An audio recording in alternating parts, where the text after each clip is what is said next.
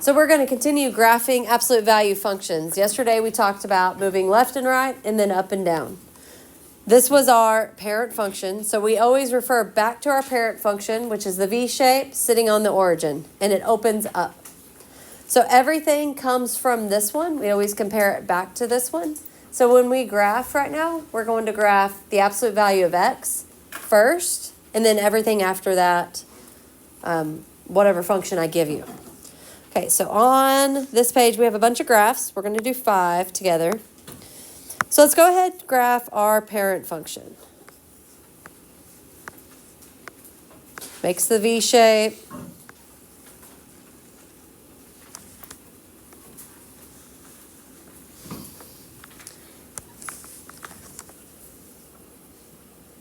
And if you want to use 2 different colors, you are welcome to.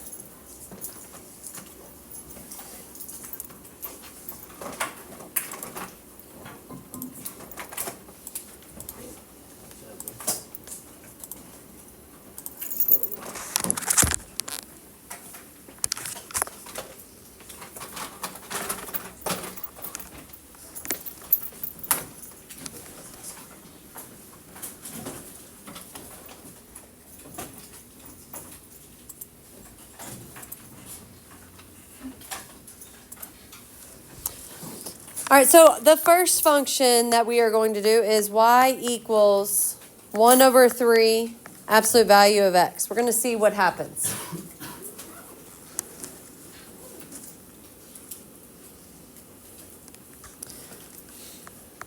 We're going to get our table of values from the calculator or from Desmos today, so we're not going to plug in. Instead, we'll get it from technology, from the tools that we have. So let me open up Desmos. Yeah. If we have the technology, we're going to use it. So y equals 1 over 3. And then do you see where absolute value is on Desmos? It's right above the ABC. Oh, but you know what I forgot? I forgot to put my parent function on there. So I'm also going to put my parent function.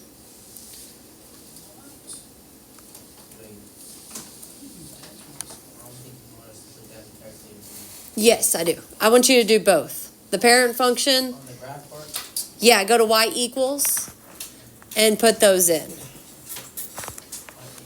And the great thing about y'all's calculator is that it gives it to you in colors also.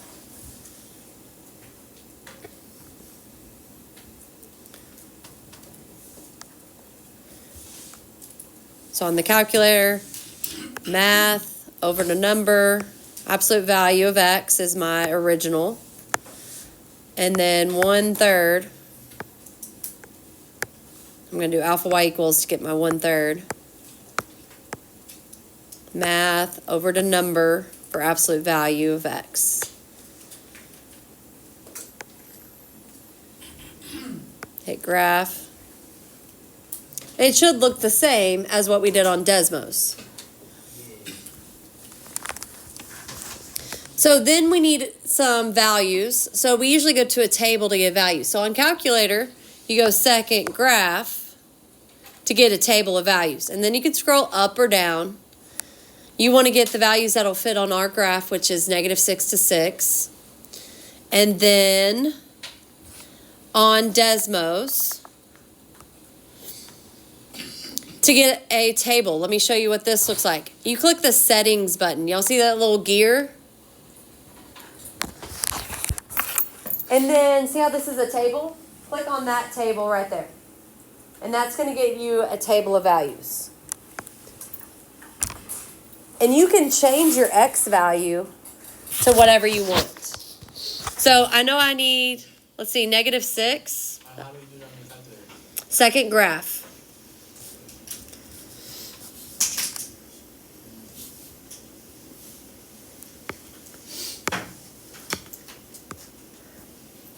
All right, so I want to go -6 to +6, but I only want to do whole numbers. So anything that's not a whole number, I'm going to just let it be. So -6. So -5 is going to be a decimal too. You can always try it out on Desmos. If it's a decimal, back it up. -4, decimal, back it up. So -3, yes, that's a whole number. I want whole number matches. And then it looks like 0, 0 would be my next one. So write down your table of values. And then on Desmos, you can just keep hitting enter, this button right here, after on the table, and it'll keep on giving you values. It's supposed to anyway. It didn't, so I'm going to put in numbers.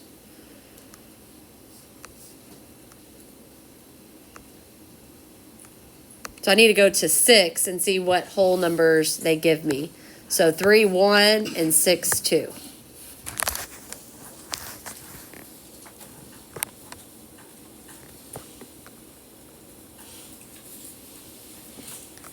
So plot those on your graph.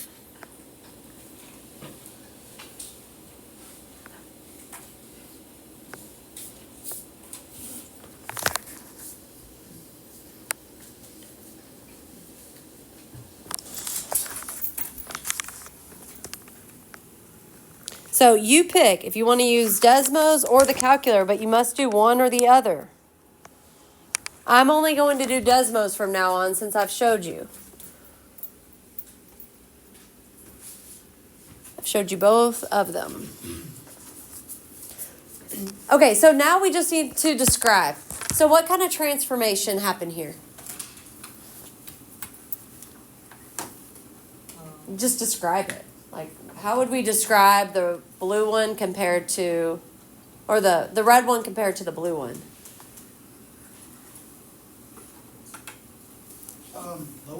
This, it's like this originally, and then what happens? Wider, so it's It got wider. So let's just write wider. And so that is actually called a vertical compression. So think about slime. I wish I had some slime to show y'all. But you know, you have slime in your hand. So if I'm doing vertical, because anything outside those absolute values deals with vertical. So vertical is up and down. Okay, so if I stretch it, it gets thinner, right? But then if I push it together, it gets fatter or wider. So this is a vertical stretch, vertical compression. So wider, the math words is vertical compression. So why didn't you just tell us that? You didn't tell us the difference. Because I know there's going to be more than one difference. Yeah, there's going to be also horizontal. So as we get to it, I'll tell you. It's part of like a teaching method. Right. Okay, so the next one is going to be y equals -3 absolute value of x.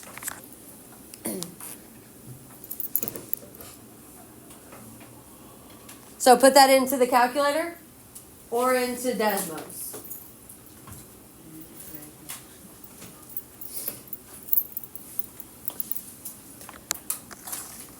We also put there. Yeah.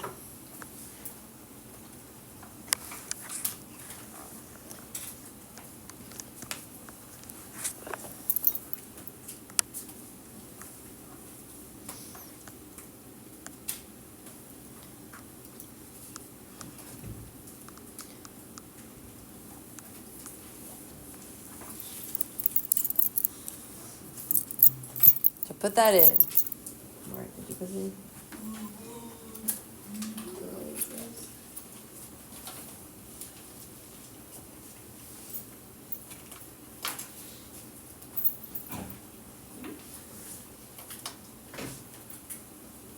And then delete your table and make a new table by hitting that gear button.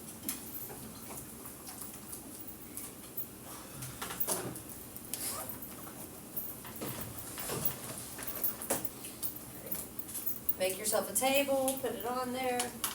I only want the parent function and then that function on there.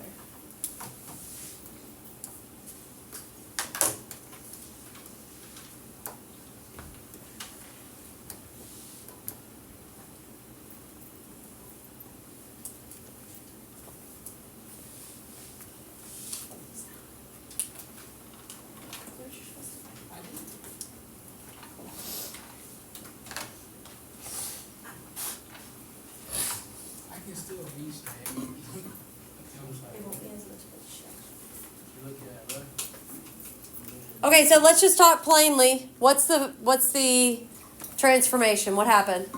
It got narrow. Narrower. Oh, hold on. I want to do it in red.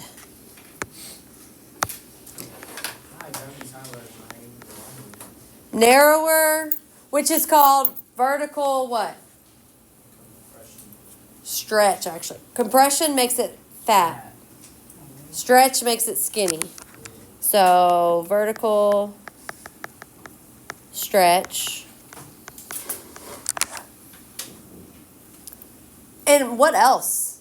It's not facing the same way. It's opening down. What that negative did something to it. What did it do? Say that again. Uh-huh. Reflect across x-axis.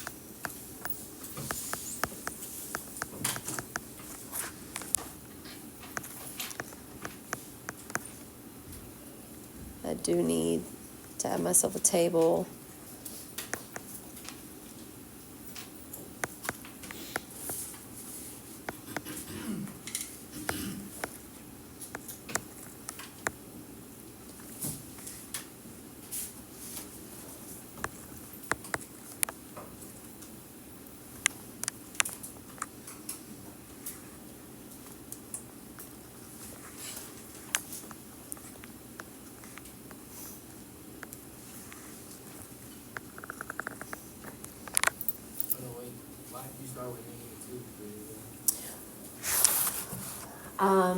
Because that's what came up on my table. And I want to be able to get the point from my origin out. And so you just do whichever first, like 5 off of it? Yeah. And if you do it on your calculator, you might have to scroll up to get to more points. And those are the only ones I can graph on this graph that I have in front of me. Like, it only goes 6 and negative 6. To the left and right and to the bottom and top. Oh, okay. So you just have to scroll.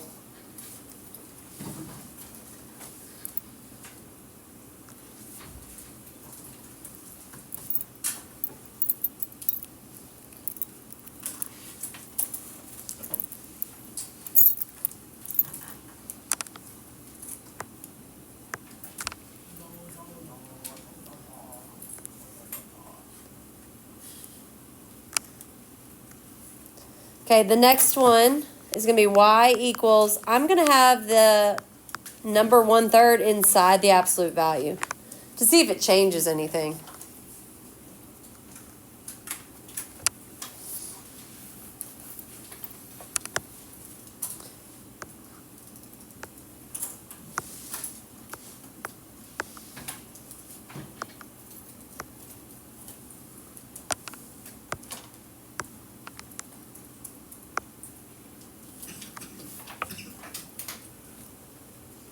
Okay, does that look any different from the first one we did?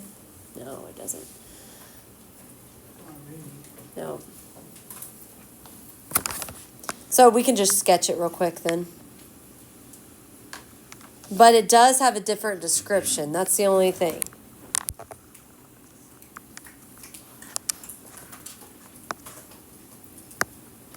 So I'm just going to graph that same thing.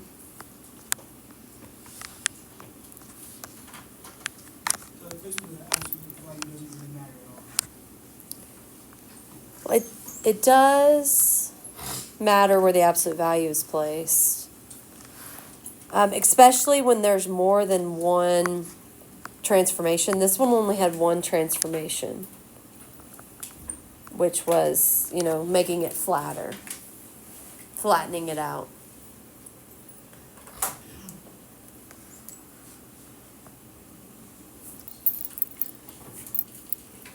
So remember the whole crazy X? It does the opposite. So anything within that absolute value, it's going to do the opposite. So what is the complete opposite of vertical compression? Horizontal stretch, yeah. So it's the complete opposite. So horizontal stretch. So horizontally stretching something. Oh, I would switch my hands to this way. So I'm going to stretch out my slime like this. So see how it's getting fatter whenever I do this? So I need somebody to do vertical compression. All right, so somebody put their hands up, or everybody put your hands up here like this. Everybody up. So we're going to do a vertical compression. Okay? It's going to be chomping down, right? All right. So then what about horizontal stretch? So those are actually the same movements.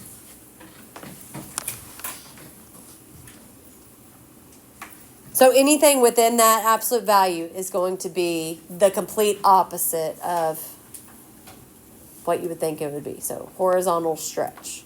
It always deals with horizontal inside those absolute value bars. Most of the time, we're just going to see it as vertical stretch and compression. Those are the ones that we're going to focus on the most. All right, let's do one more. I said 5, but we're just going to switch it. 1/3 absolute value of x minus 2 minus 3.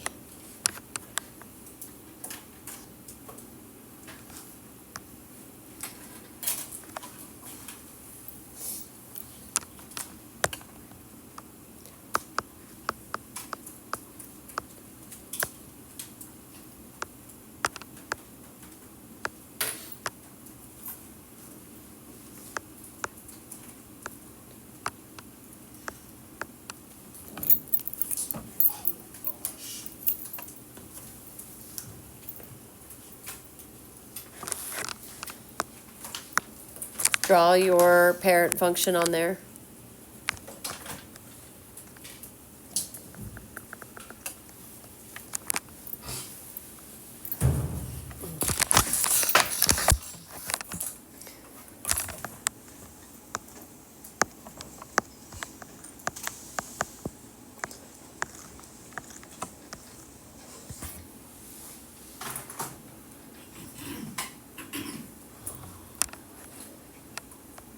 Add a table or look at the table.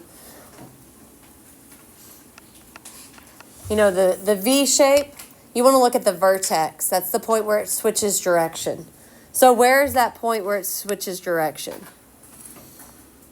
0, 0. For the parent function, yes. What about for our new function, the one that I graphed in Desmos in red?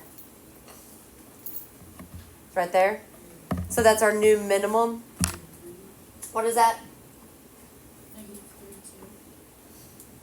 -2, -3. You just switch them.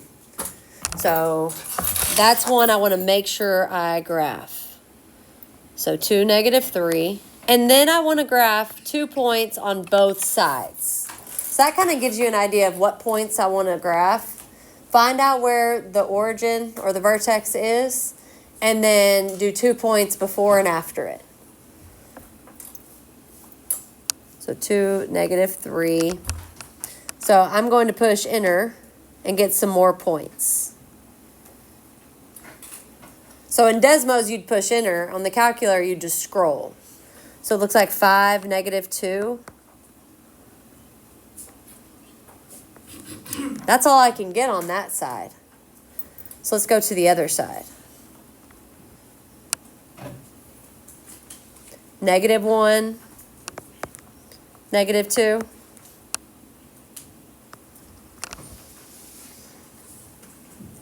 And then I need another one. So let's see, what should we try out? -2 was a decimal. So -4. Yep. That gives me a whole number, easy to graph. There we go.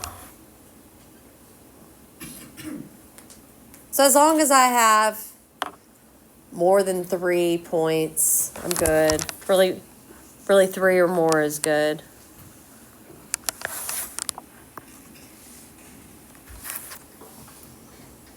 So that way I get a good idea of where I'm at and how it's going to be described.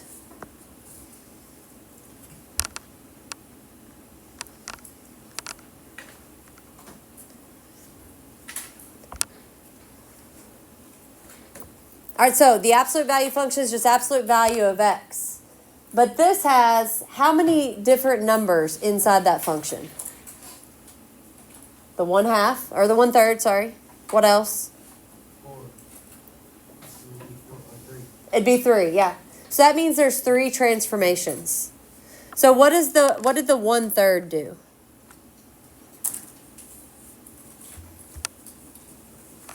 How does it look? How does the shape look? Wide. Wider, so that's a vertical compression. So if you want to write out to the side, wide, vertical compression.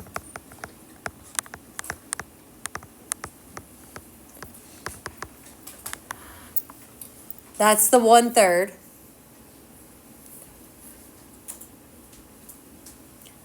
And then it was also translated, shifted. So how was the vertex shifted? Over by 2. Which way? Right 2. Right 2. Which, remember the crazy x minus 2? It went right 2. And so then what about the minus 3? What did that do? Down 3. Yep, down 3.